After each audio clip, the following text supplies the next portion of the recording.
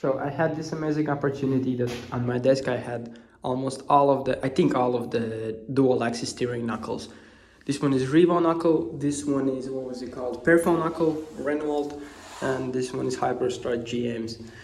So the differences between them, of course you can see that Revoknuckle is from cast iron, but what is interesting, the cast iron Revoknuckle is almost the same weight as the Renault version of the Perfohub strut, sorry.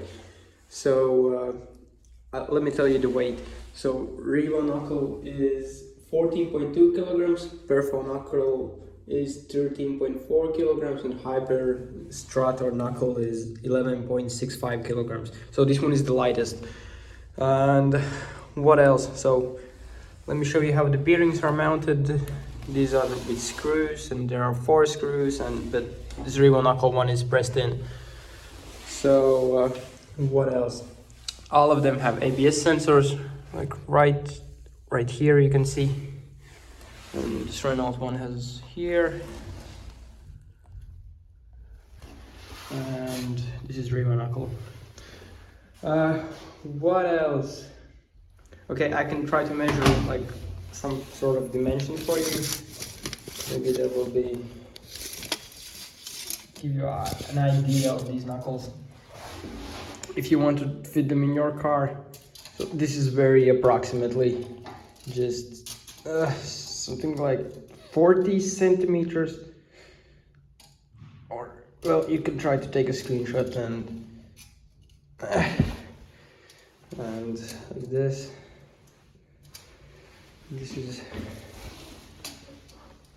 like I said, this is approximately. And Revoknuckle.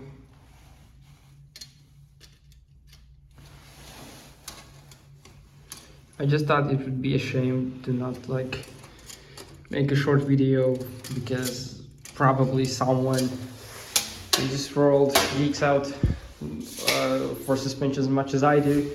So we wanted to fit them on our auto, like what was it called in English? Like a sprint car that we used in tarmac and whatever. So the next thing I want to show you is these centers of these the shocks. Like what's the diameter? So maybe you have like a specific shock that you want to fit in, and well, of course you can add make a sleeve to make it smaller, but you cannot make it bigger. So this HiPer strut looks like 55. Perfohub is 58. And Revoknuckle is 52. Well, yes, 52. And okay, what I'm going to show you next, what's important for you to know. Okay, how the brakes mount. So actually I have these Renault brakes right here.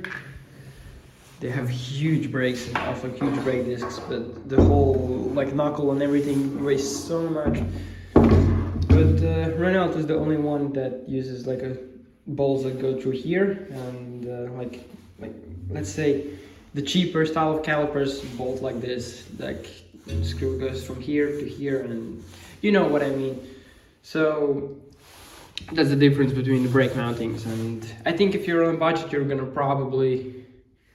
I would want to choose like a disc style of mounting, because I can find like cheap calipers for maybe Porsche Cayenne or I just think this would be easier to make brakes for this.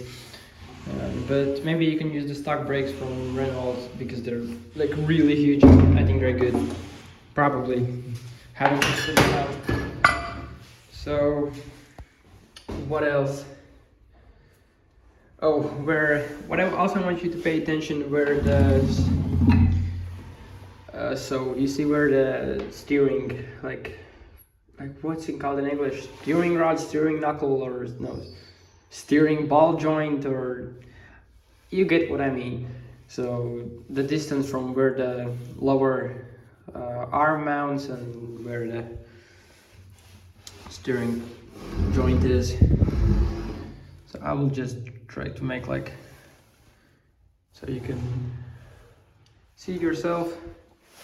And within your vehicle you can figure out which one is more the best choice for you to modify. So yes, what else I want to show you? Oh, I really like this HiPer strut because you see it has a built-in eccentric bolt and washer, and you can adjust the camber right from here without changing the kingpin angle when you adjust it to the top mount. So I think, obviously I think the HiPer strut is the best option because it's the lightest, it's the most simple one. Also because, I don't want to get ahead of myself. So let's finish with this. This is really cool that they have adjustment right here. So you can change the camber without adjusting your kingpin inclination angle. So, and what else?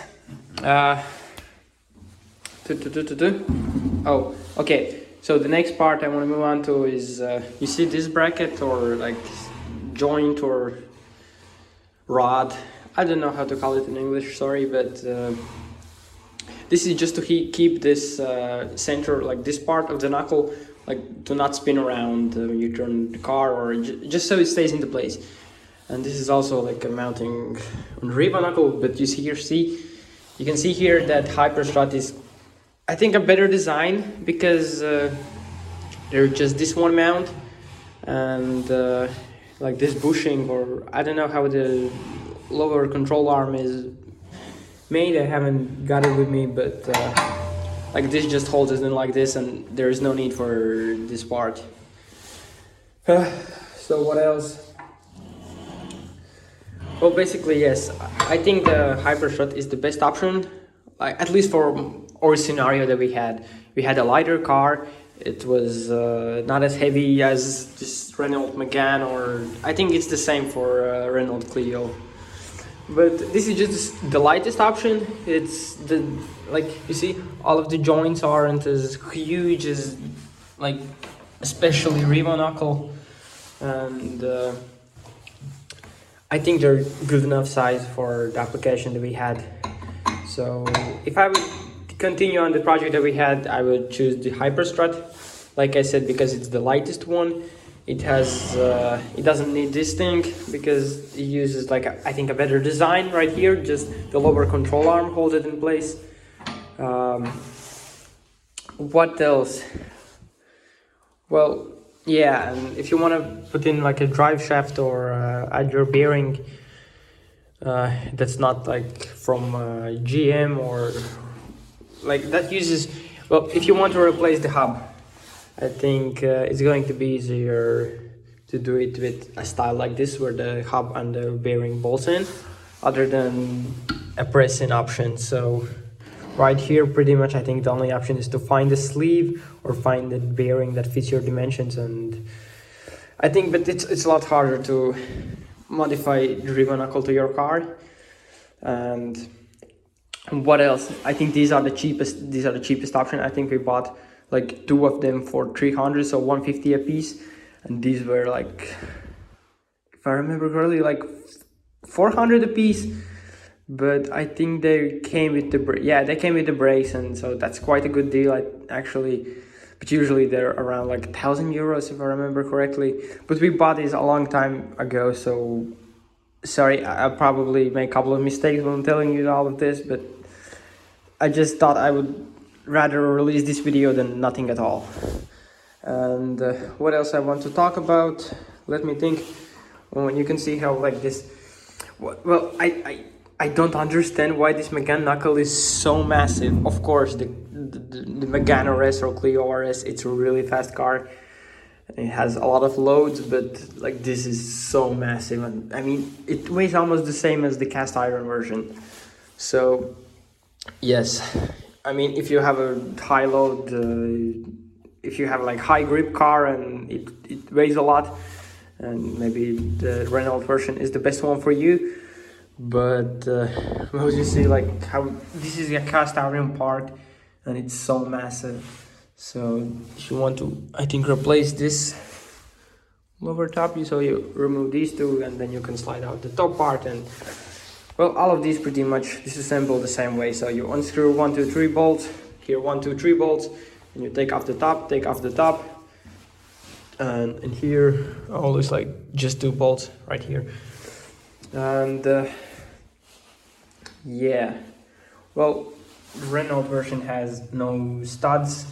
These two have studs. I don't know if it's important for you or not, but well, yeah.